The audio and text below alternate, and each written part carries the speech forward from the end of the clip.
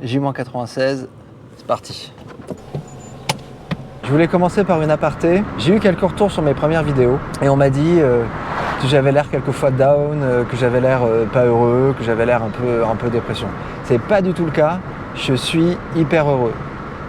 Ça sonne un peu faux mais c'est vrai. Voilà, en me lançant dans ce projet de réalisation de film que je suis en train de me réaliser moi-même et je suis dans une énergie hyper positive. C'est sûr que du coup, je me suis lancé ce pari un peu fou quand même de faire ce vlog et donc de vous parler tous les jours. Je suis en train déjà de faire un projet tellement ambitieux que j'ai déjà pas assez de temps pour le faire et je me suis rajouté cette envie de vous partager tous les jours un petit peu là où j'en étais. Du coup, ça fait que souvent, comme là ce soir, j'ai travaillé toute la journée, j'ai 1 milliard de problèmes à régler et donc à chaque fois que vous me récupérez, je suis encore un peu dans le problème que je viens d'avoir. Mais je peux pas faire semblant d'être tout guiré et de faire comme si tout allait bien, alors qu'en vrai tout va bien, sauf que là je viens de louper la sortie. Attendez une seconde.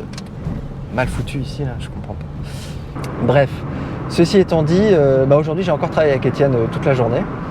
J'ai fait un petit peu d'administratif le matin et puis très vite on s'est mis sur ce qu'on devait faire, à savoir le découpage du film, en tout cas le pré-découpage, donc une première lecture pour essayer de commencer à voir si on avait la même vision des choses, que je lui expose la vision de mise en scène que j'avais.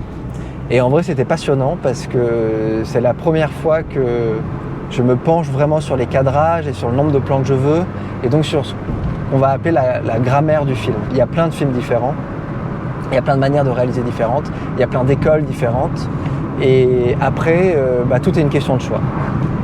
Et les choix c'est pas facile parce qu'on dit tout le temps que choisir c'est renoncer et en même temps choisir c'est avancer. Donc maintenant il faut commencer à savoir ce qu'on veut. Moi j'ai la chance, j'appelle ça une chance mais en fait c'était une décision, j'ai la chance d'avoir des partis pris qui sont assez forts. Parce que du coup j'ai choisi une seule optique. Parce que j'avais pas les moyens d'en acheter plus et j'avais envie d'avoir mon propre matériel pour pouvoir avoir un calendrier indépendant et toujours dans une logique d'indépendance. Donc qu'est-ce que ça implique d'avoir qu'une seule optique ? Ça implique d'avoir déjà moins de choix. Et d'avoir moins de choix, moi je trouve que ça rend super créatif et ça permet de se poser la question de ce qu'on peut faire avec l'existant. Et du coup l'existant, il va beaucoup dépendre des décors. Typiquement dans mon film, on s'est très vite rendu compte, je m'étais très vite rendu compte et en parlant avec Eden, on est bien d'accord, que l'optique que j'ai va être très bien pour les extérieurs, mais que pour les intérieurs ça va être compliqué. Il va falloir plutôt tricher en essayant de trouver des décors plus grands que la réalité pour qu'on ait suffisamment de recul. Mais il y a des décors où ce ne sera pas possible et donc il faudra assumer d'être très serré. Et tout ça, ça a un impact sur la sensation du film, sur la mise en scène, sur ce que ça raconte, ce que ça montre et ce que ça cache. Donc au final, on a fait que 8 pages, c'est pas énorme, mais c'était une super première journée et ça m'a fait un bien fou de penser au film, de penser à la mise en scène. Quand on est auteur-réalisateur, qu'on écrit et qu'on pense le réaliser, évidemment, on a beaucoup d'images en tête dès l'écriture. Et c'est super bien, mais ça peut inhiber l'écriture et du coup j'ai essayé régulièrement de me dire non mais ne pense pas à la mise en scène, concentre-toi sur ce qui se passe et tu verras plus tard comment tu le découpes. Et c'est ce qu'on a commencé à faire aujourd'hui, on a dialogué, on a mimé les uns les autres un peu les personnages, là on pourrait mettre la caméra et on a essayé de réduire et de se dire voilà, nous on veut ce plan et ce plan parce que c'est eux qui racontent quelque chose à cet endroit-là. Et on a commencé donc à choisir, donc à renoncer. Oui, clac, il se réveille, tout doucement, il se relève vers l'écran. Nous, en fait, on a fait un espèce de triangle arrière comme ça. Ouais. Et on peut pas noter, comme ça on a lui qui est devant l'écran et tu vois.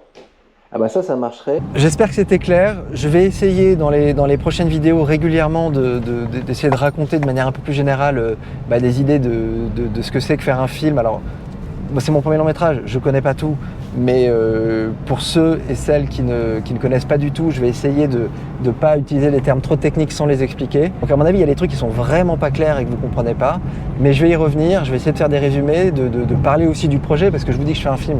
C'est bien sympa de faire un film, mais quoi comme film ? Faut que je vous raconte un petit peu l'histoire. J'ai pas envie de trop vous en raconter non plus, parce que franchement, ce que je veux, c'est que vous puissiez le découvrir, donc j'en raconterai pas trop, mais quand même suffisamment pour que ça puisse ou pas vous intéresser. Et n'hésitez pas, et je pensais pas le dire un jour, mais si vous avez des questions par rapport à des trucs que je raconte, et que c'était pas clair, n'hésitez pas à me le dire dans les commentaires. Comme ça, je pourrais essayer de le reprendre dans les autres vidéos. Il reste 95, 96, j'arrive pas à compter vidéos à faire. Donc en vrai, j'ai le temps de vous dire encore plein de trucs. Sur ce, il fait super chaud, je me suis perdu dans la forêt et je pense qu'on va se prendre un orage dans pas longtemps sur la tête. Je vous souhaite une bonne soirée et je vous tiens au courant demain. À plus!